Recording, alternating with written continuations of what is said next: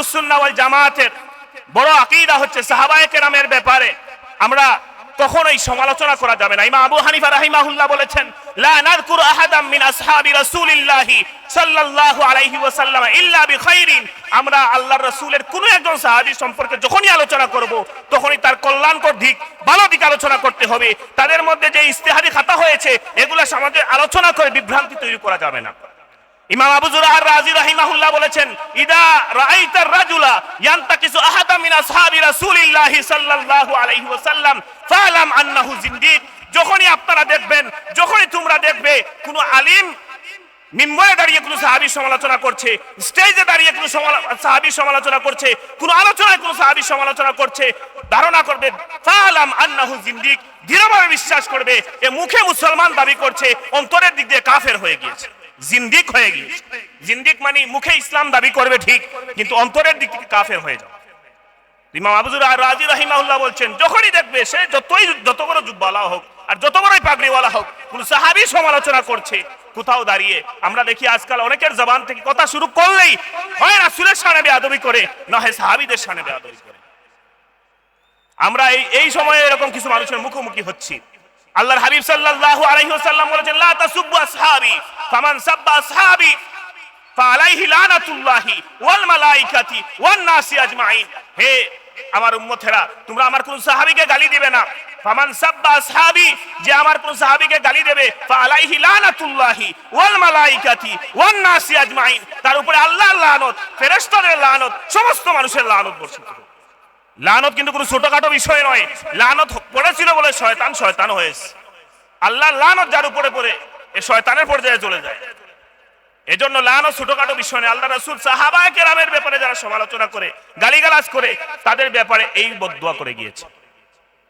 আল্লাহর হাবিব সাল্লাল্লাহু আলাইহি ওয়াসাল্লাম অন্য হাদিসে বলছেন, ইন্নাল্লাহা ইখতারানি ওয়া ইখতারা লি আসহাবি ওয়া আসহারি ওয়া সায়াতি কওমুন ইয়াসুব্বুনাহুম ওয়া ইয়ানতাকিসুনাহুম ফালা তুজালিসুহুম ওয়া লা তুশারিবুহুম ওয়া লা তুআকিলুহুম ওয়া লা তুনাকিহুহুম ওয়া লা তুসাল্লু মাআহুম ওয়া লা তুসাল্লু আলাইহিম ফাইন মারিদু ফালা তাউদুহুম।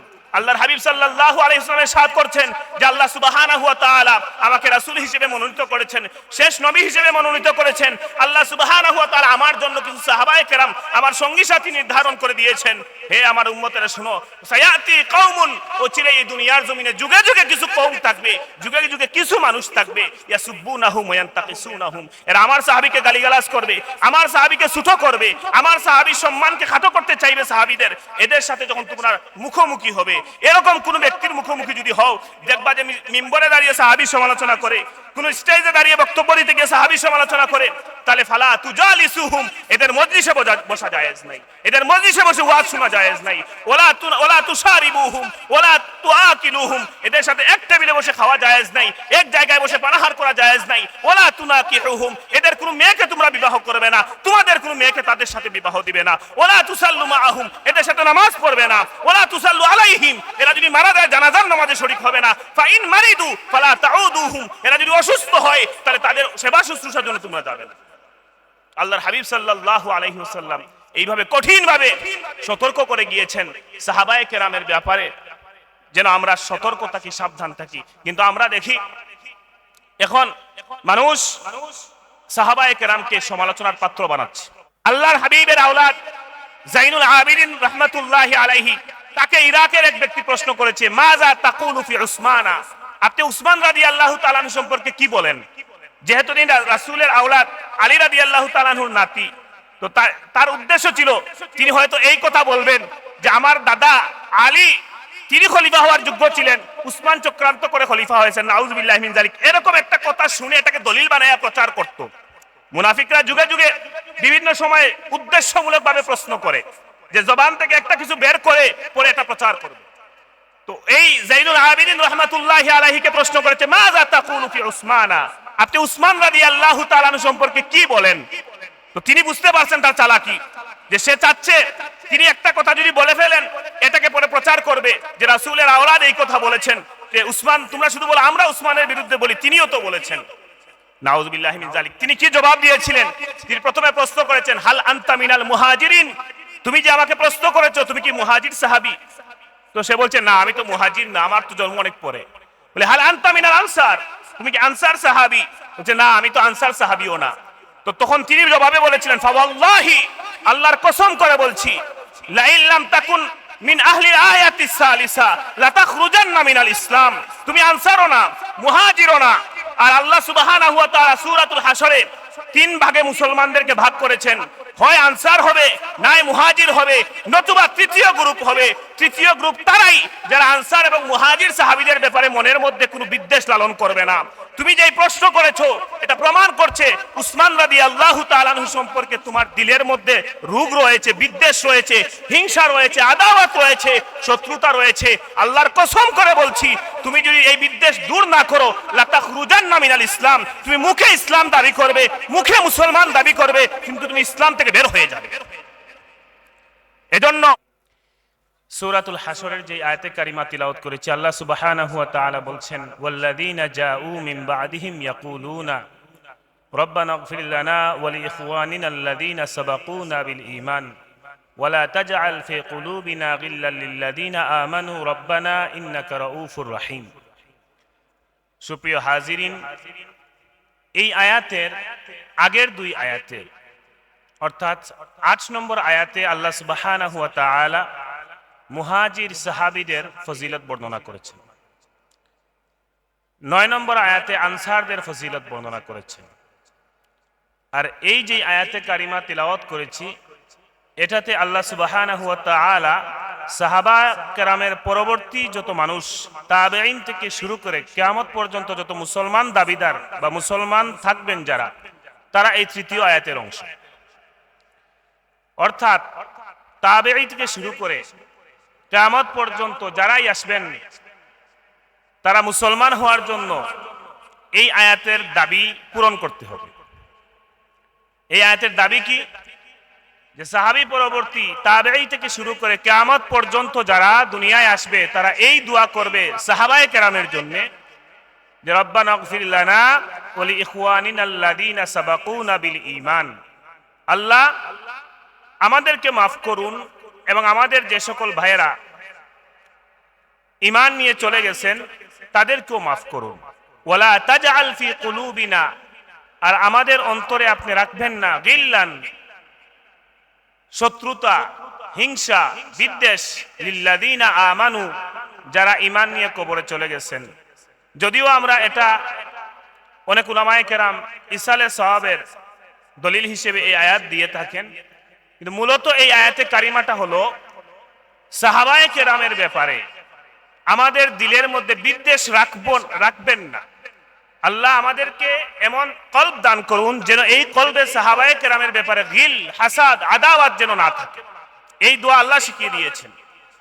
এজন্য এই সূরাতুল হাশরের 8, 9, 10 এই 3 আয়াতে কারিমার আলোকে মুফাসসিরিনে কেরাম, আকাইদের ইমামরা অনেকেই বলেছেন যে আল্লাহ সুবহানাহু ওয়া তাআলা মুসলমানদেরকে 3 ভাগে ভাগ করেছেন। 1 মুহাজির সাহাবী, 2 আনসার সাহাবী, আর 3 হলেন তাদের পরবর্তী তাবেঈ থেকে শুরু করে কিয়ামত পর্যন্ত যত মুসলমান আসবেন তারা। আমরা দেখছি বর্তমান জামানায় মুহররমের মাস আসলে কিছু মানুষ মসজিদের মিম্বরে, ওয়াজের স্টেজে, বিভিন্ন জায়গায় আলোচনা করতে গিয়ে ইয়াজিদকে রাদিয়াল্লাহু তাআলা আনহু বলতে চায়, খলিফাতুল মুসলিমিন হিসেবে মানুষের সামনে উপস্থাপন করতে চায়, হুসাইন রাদিয়াল্লাহু তাআলা আনহুকে দোষী সাব্যস্ত করতে চায়। এই রকম আমাদের জামানায় লম্বা জুব্বা পরে, লাল রুমাল পরে অনেকেই আমাদের সামনে হুসাইন রাদিয়াল্লাহু তাআলা আনহুকে দোষী সাব্যস্ত করতে চায়, নাউযুবিল্লাহি মিন যালিক। এবং সময়ে সময়ে এরা জবান খুললেই দেখা যায় বিভিন্ন সাহাবায়ে কেরাম সম্পর্কে কটূক্তি করে। তো এই আয়াতে কারিমা মূলত সাহাবায়ে কেরামের ব্যাপারে, তাদের ব্যাপারে আমাদের আকীদা, আমাদের লালনকে, আমাদের বিশ্বাস কেমন হবে আল্লাহ শিখিয়ে দিচ্ছেন।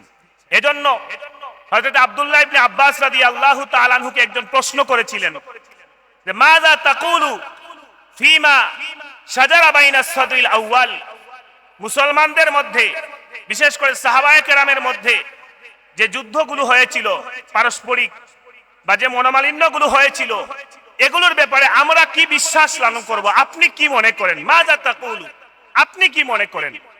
আব্দুল্লাহ ইবনে আব্বাস রাদিয়াল্লাহু তাআলা আনহু বলেছিলেন, আমি আবার কি বলবো? আকুলু কামা ক্বালা তাআলা, আমি তো সেটাই বলবো যেটা আল্লাহ শিখিয়ে দিয়েছেন। বলে আল্লাহ কি শিখিয়ে দিয়েছেন? আল্লাহ শিখিয়ে দিয়েছেন, রব্বানা ইগফির লানা ওয়া লিইখওয়ানিনা আল্লাযীনা সাবাকুনা বিল ঈমান ওয়া লা তাজআল ফি কুলুবিনা গিল্লাল লিল্লাযীনা আমানু রব্বানা ইন্নাকা রাউফুর রহিম। আকীদা নেগেটিভ বিশ্বাস না থাকে এই দোয়া করার জন্য আল্লাহ শিখিয়ে দিয়েছেন। সুতরাং সাহাবায়ে কেরামের মধ্যে পারস্পরিক যে বিষয়গুলো হয়েছিল এগুলোর ব্যাপারে আমরা চুপ থাকবো, কারণ সাহাবায়ে কেরাম তারা ছিলেন ইজতিহাদ মুস্তাহিদ পর্যায়ের। যারা সঠিক করেছেন তারা 2 সওয়াব পেয়েছেন, কেউ যদি ইজতিহাদে খাতা করে থাকেন 1 সওয়াব পেয়েছেন।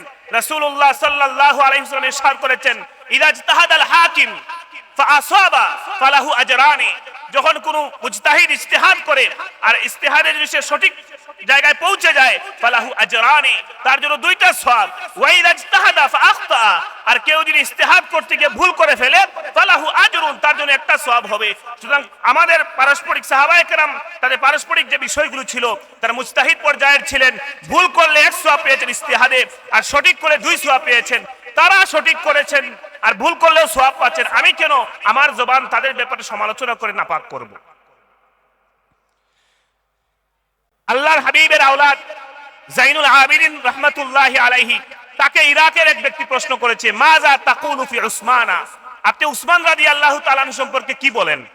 যেহেতু তিনি রাসূলের আওলাদ, আলী রাদিয়াল্লাহু তাআলা আনহুর নাতি, তো তার উদ্দেশ্য ছিল তিনি হয়তো এই কথা বলবেন যে আমার দাদা আলী তিনি খলিফা হওয়ার যোগ্য ছিলেন, উসমান চক্রান্ত করে খলিফা হয়েছেন, নাউযুবিল্লাহি মিন যালিক। এরকম একটা কথা শুনে এটাকে দলিল বানায়া প্রচার করত। মুনাফিকরা যুগে যুগে বিভিন্ন সময়ে উদ্দেশ্যমূলকভাবে প্রশ্ন করে যে জবান থেকে একটা কিছু বের করে পরে এটা প্রচার করবে। তো এই জাইনুল আবিদিন রাহমাতুল্লাহি আলাইহিকে প্রশ্ন করেছে, মাযা তাকুলু ফি উসমানা, আপনি উসমান রাদিয়াল্লাহু তাআলা আনহু সম্পর্কে কি বলেন? তো তিনি বুঝতে পারছেন তার চালাকি, যে সে চাচ্ছে তিনি একটা কথা যদি বলে ফেলেন এটাকে পরে প্রচার করবে যে রাসূলের আওলাদ এই কথা বলেছেন, যে উসমান, তোমরা শুধু বলো আমরা উসমানের বিরুদ্ধে বলি, তিনিও তো বলেছেন। নাউযুবিল্লাহি মিন যালিক। তিনি কি জবাব দিয়েছিলেন? তিনি প্রথমে প্রশ্ন করেছেন, হাল আনতা মিনাল মুহাজিরিন, তুমি যে আমাকে প্রশ্ন করেছো তুমি কি মুহাজির সাহাবী? তো সে বলছে, না আমি তো মুহাজির না, আমার তো জন্ম অনেক পরে। বলে হাল আনতা মিনাল আনসার, তুমি কি আনসার সাহাবী?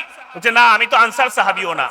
তো তখন তিনি জবাবে বলেছিলেন, ফাওয়াল্লাহি, আল্লাহর কসম করে বলছি, লা ইল্লাম তাকুন মিন আহলি আয়াতি সালিসা লা তাখরুজান্না মিনাল ইসলাম, তুমি আনসারও না মুহাজিরও না। আর আল্লাহ সুবহানাহু ওয়া তাআলা সূরাতুল হাশরে 3 ভাগে মুসলমানদেরকে ভাগ করেছেন, হয় আনসার হবে, নাই মুহাজির হবে, নতুবা তৃতীয় গ্রুপ হবে। তৃতীয় গ্রুপ তারাই যারা আনসার এবং মুহাজির সাহাবীদের ব্যাপারে মনের মধ্যে কোনো বিদ্বেষ লালন করবে না। তুমি যেই প্রশ্ন করেছো এটা প্রমাণ করছে উসমান রাদিয়াল্লাহু তাআলা আনহু সম্পর্কে তোমার দিলের মধ্যে রোগ রয়েছে, বিদ্বেষ রয়েছে, হিংসা রয়েছে, আদাওয়াত রয়েছে, শত্রুতা রয়েছে। আল্লাহর কসম করে বলছি, তুমি যদি এই বিদ্বেষ দূর না করো, লা তাখরুজান্না মিনাল ইসলাম, তুমি মুখে ইসলাম দাবি করবে, মুখে মুসলমান দাবি করবে, কিন্তু তুমি ইসলাম থেকে বের হয়ে যাবে। এজন্য আহলুস সুন্নাহ ওয়াল জামাতের বড় আকীদা হচ্ছে সাহাবায়ে কেরামের ব্যাপারে আমরা কখনোই সমালোচনা করা যাবে না। ইমাম আবু হানিফা রাহিমাহুল্লাহ বলেছেন, লা নাযকুরু আহাদাম মিন আসহাবি রাসূলিল্লাহি সাল্লাল্লাহু আলাইহি ওয়াসাল্লাম ইল্লা বিখাইরিন, আমরা আল্লাহর রাসূলের কোন একজন সাহাবী সম্পর্কে যখনই আলোচনা করব তখনই তার কল্যাণকর দিক, ভালো দিক আলোচনা করতে হবে।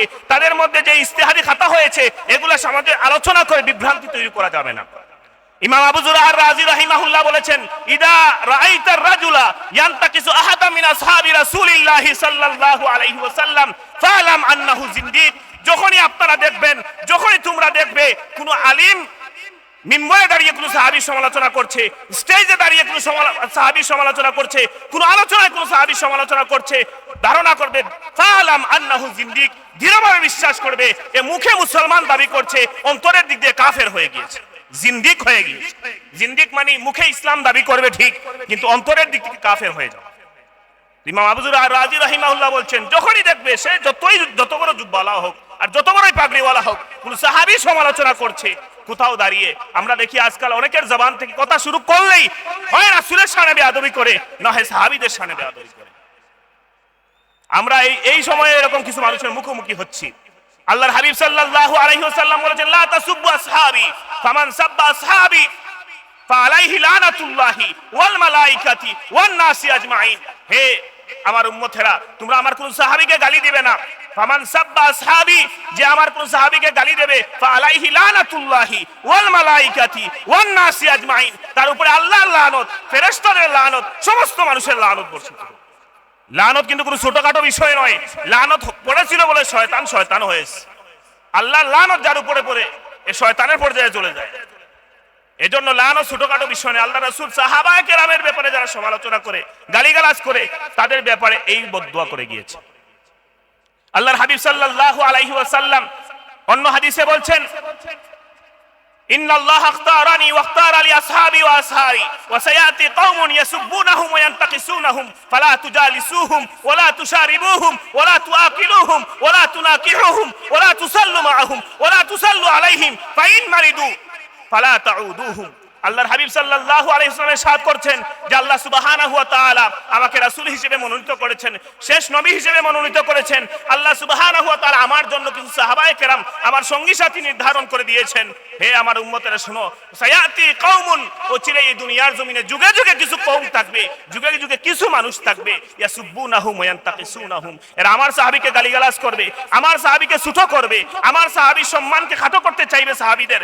এদের সাথে যখন তোমরা মুখোমুখি হবে, এরকম কোন ব্যক্তির মুখোমুখি যদি হও, দেখবা যে মিম্বরে দাঁড়িয়ে সাহাবী সমালোচনা করে, কোন স্টেজে দাঁড়িয়ে বক্তব্য দিতে গিয়ে সাহাবী সমালোচনা করে, তাহলে ফালা তুজালিসুহুম, এদের মজলিসে বসা জায়েজ নাই, এদের মজলিসে বসে ওয়াজ শোনা জায়েজ নাই। ওয়ালা তুশারিবুহুম ওয়ালা তুআকিলুহুম, এদের সাথে এক টেবিলে বসে খাওয়া জায়েজ নাই, এক জায়গায় বসে পানাহার করা জায়েজ নাই। ওয়ালা তুনাকিহুহুম, এদের কোনো মেয়েকে তোমরা বিবাহ করবে না, তোমাদের কোনো মেয়েকে তাদের সাথে বিবাহ দিবে না। ওয়ালা তুসাল্লু মাআহুম, এদের সাথে নামাজ পড়বে না। ওয়ালা তুসাল্লু আলাইহিম, এরা যদি মারা যায় জানাজার নামাজে শরীক হবে না। ফাইন মারিদু ফালা তাউদুহুম, এরা যদি অসুস্থ হয় তাহলে তাদের সেবা শুশ্রূষার জন্য তোমরা যাবে না।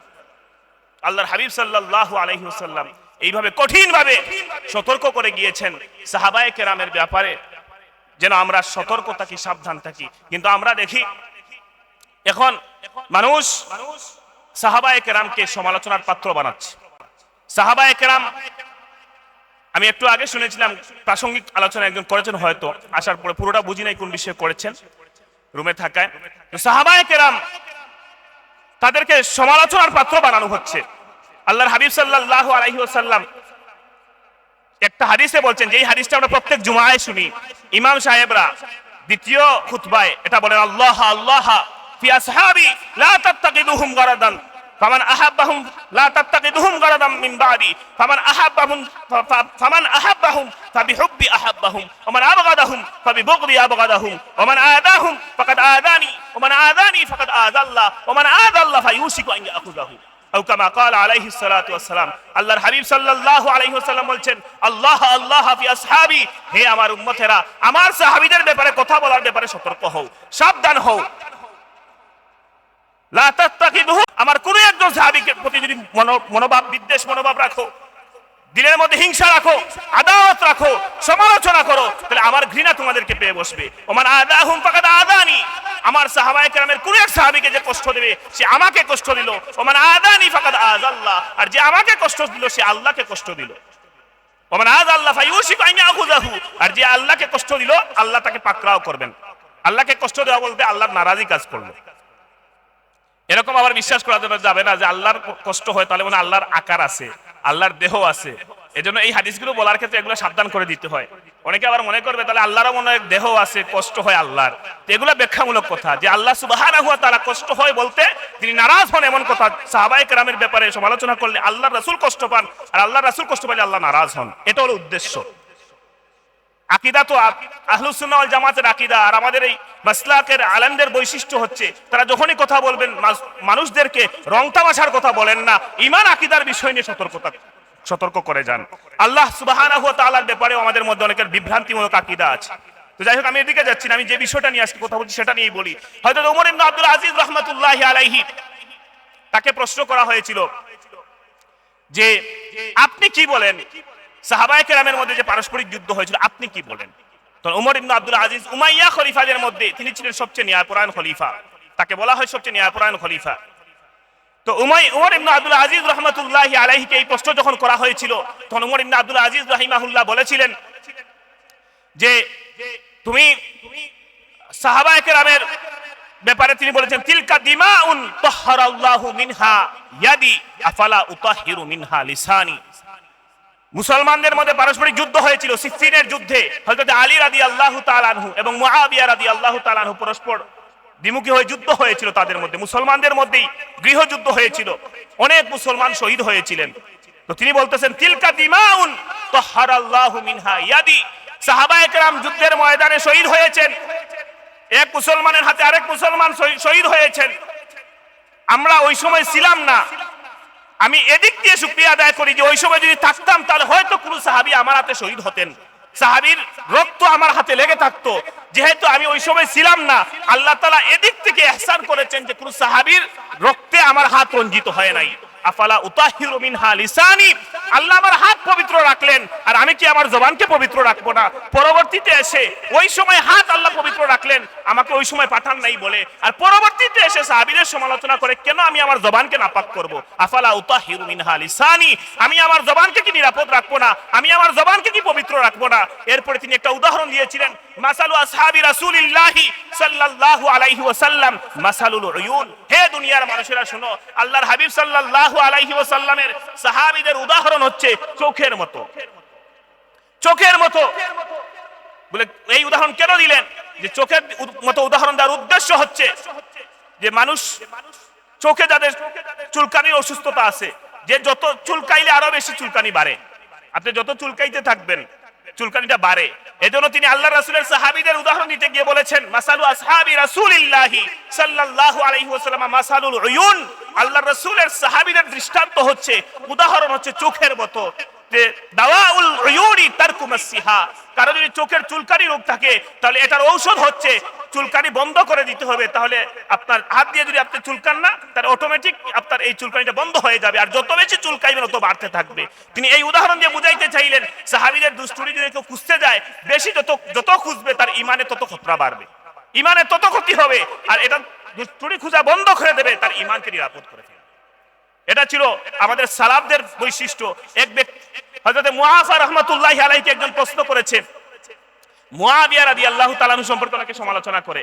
অনেকেই মুআবিয়া রাদিয়াল্লাহু তাআলা, এই যে মুহররমের চাঁদ আসলে একদল আছে ইয়াজিদকে খলিফা বানায়া দেয়, ইয়াজিদের অতিভক্ত, আর আরেকদল ইয়াজিদকে খারাপ বলতে বলতে মুআবিয়া রাদিয়াল্লাহু তাআলাকে খারাপ বলে, মানে বাড়াবাড়ি সরাসরি সব দিকে আছে।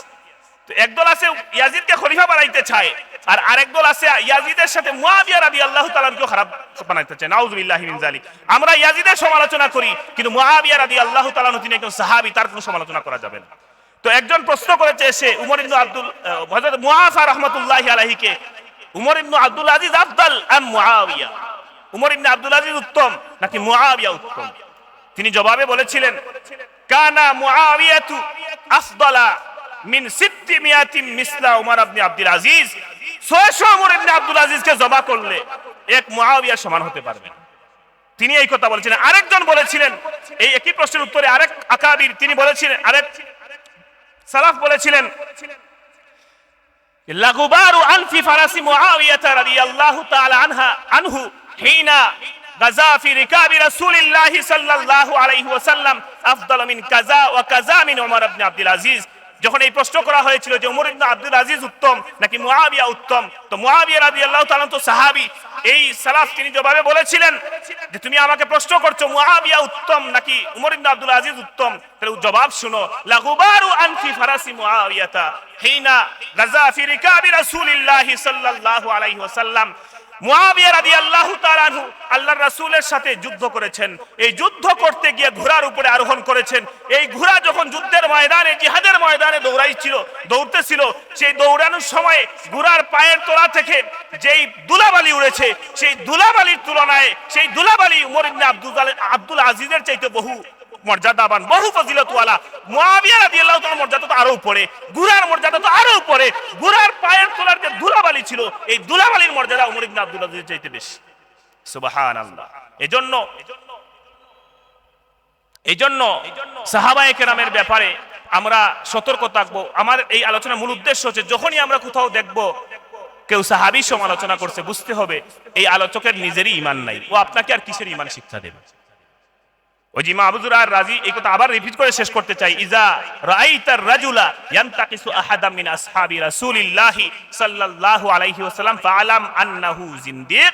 যখনই দেখবা কোনো বক্তা, কোনো আলোচক, কোনো পাগড়িওয়ালা, কোনো জুব্বাওয়ালা, যে যত বড়ই আল্লামা দেখতে হোক না কেন, কোনো সাহাবী সমালোচনা করছে, মনে রাখবা ফাআলাম আন্নাহু জিন্দিকুন, এ বেঈমান হয়ে গেছে, এ দেখতে মুসলমান, দাবি করতেছে মুসলমান, আসলে মুসলমান। আল্লাহ সুবহানাহু ওয়া তাআলা আমাদের ঈমান হেফাজতের জন্য বর্তমান সময় তো শুধু ভাইরাল বক্তা, জমানুওয়ালা বক্তা আমরা খুঁজি, এরা এসে নিজেরই ঈমান অনেক সময় তো যায় মানুষের ঈমান নিয়ে চলে যায়। এজন্য আমাদেরকে সতর্ক থাকতে হবে। যখনই দেখবেন এরকম কোনো বিভ্রান্তমূলক আলোচনা কেউ করতেছে, সাথে সাথে বলবেন যে আপনারা আলোচনা করার দরকার নাই, আপনি নিজে আগে ঈমান ঠিক করে আসেন। আল্লাহ সুবহানাহু ওয়া তাআলা আমাদেরকে একটা হক সিলসিলার অনুসারী হওয়ার তৌফিক দান করেছেন, যে হক সিলসিলা আহলুস সুন্নাহ ওয়াল জামাতের আকীদা লালন করে। এজন্যই আমরা এই সিলসিলার অন্তর্ভুক্ত, এটাকে এজন্যই মহব্বত করি যে এই সিলসিলা আহলুস সুন্নাহ ওয়াল জামাতের আকীদা লালন করে।